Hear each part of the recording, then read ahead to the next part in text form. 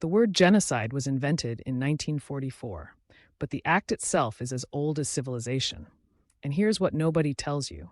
For every genocide the world remembers, there are a dozen it has chosen to forget. Not because there were no survivors, not because there was no evidence, but because the nations responsible were powerful enough to ensure that silence won. Tonight, we are ending that silence. These are the forgotten genocides, the ones that happened, the ones that were documented, and the ones that powerful governments to this day officially deny ever occurred. Before the Holocaust, before the gulags, before the world had even agreed on a name for what was happening, Germany conducted the first genocide of the 20th century. And almost nobody knows it. In 1884, Germany colonized what is now Namibia. The indigenous Herero and Nama people lived on the land their ancestors had occupied for centuries. Germany wanted it. When the Herero rose up against forced displacement in 1904, German General Lothar von Trotha issued the extermination order. It read, "Within the German borders, every Herero, whether armed or unarmed, with or without cattle, will be shot." What followed was systematic. Herero men were hanged or shot, women and children were driven into the Omaheke Desert, and the water holes were poisoned. Those who survived were placed into concentration camps, where they died of forced labor, disease, and starvation. By 1908, the Herero population had been reduced from 80,000 to 15,000. The Nama people lost half their population. German scientists collected the skulls of the dead and shipped them to Berlin for racial experiments. Germany did not formally acknowledge the genocide until 2021, 117 years later. There has been no binding reparations agreement to date. The first genocide of the 20th century, and most people cannot name it. In the winter of 1932, the granary of Europe began to starve. Ukraine produced more wheat than almost anywhere on Earth, and Joseph Stalin used that fact as a weapon. The Holodomor, which translates as death by hunger, was a man-made famine engineered by the Soviet state. Ukrainian grain was seized by Soviet brigades who went house to house, taking everything. Grain stores, seeds for the next harvest, livestock, and eventually any food at all. Ukrainians who tried to flee to cities were turned back at gunpoint. Internal passports were introduced specifically to trap rural populations in the affected regions. Between 1932 and 1933, an estimated 3.5 to 7.5 million Ukrainians died of starvation. Children died first, then the elderly. Villages that had existed for centuries were emptied. The Soviet Union suppressed all documentation of the famine for decades. It was illegal to mention it. Russia to this day refuses to classify the Holodomor as a genocide. Over 30 countries have officially recognized it. Over 100 have not. 3 to 7 million people starved deliberately in living memory. The Circassians were indigenous people of the Northwest Caucasus. For over a century, they resisted Russian imperial expansion. In 1864, Russia ended the war the only way it believed it could.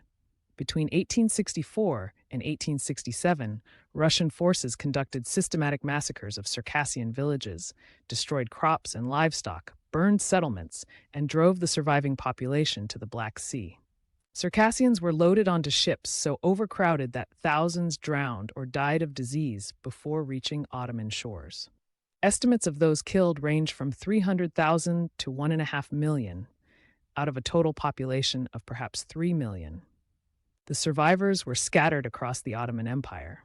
Today, there are more Circassians living outside the Caucasus than within it. They are one of history's great diaspora peoples, created in a single decade by deliberate destruction. In 2014, Russia hosted the Winter Olympics in Sochi, which sits directly on the land where the largest Circassian massacres took place. Circassian activists protested that the games were built on mass graves. The International Olympic Committee did not comment. Russia has never acknowledged the genocide. The Assyrians are one of the oldest Christian communities on Earth, descendants of the ancient Mesopotamian civilization, speaking a dialect of Aramaic, the language of Jesus Christ.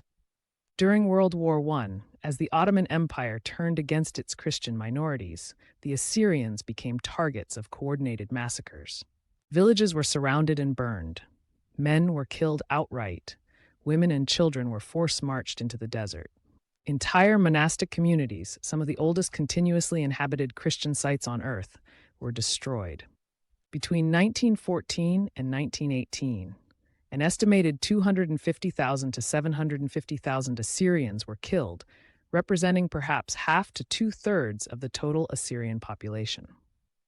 The survivors fled to Iraq, Syria, and the West, their homeland erased from the map. The Assyrian genocide has been recognized by Sweden, Australia, and a handful of other nations. The United States has never officially recognized it. Turkey denies all three of its early 20th century genocides simultaneously.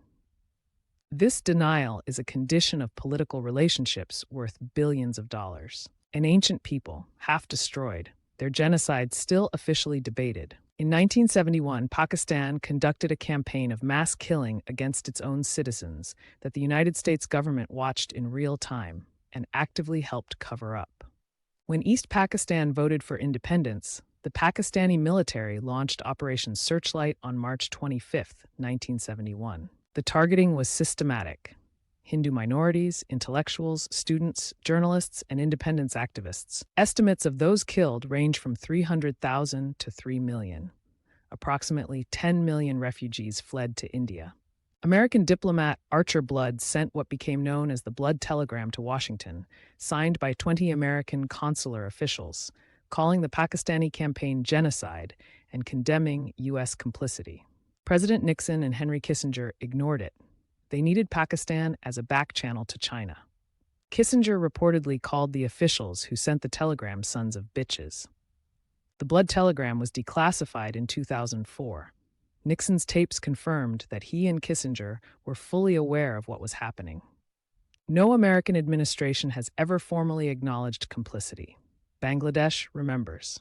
The rest of the world moves on. 6 genocides, tens of millions of people. All of them documented, all of them evidenced, all of them denied, minimized, or ignored by nations with the power to ensure their own comfort.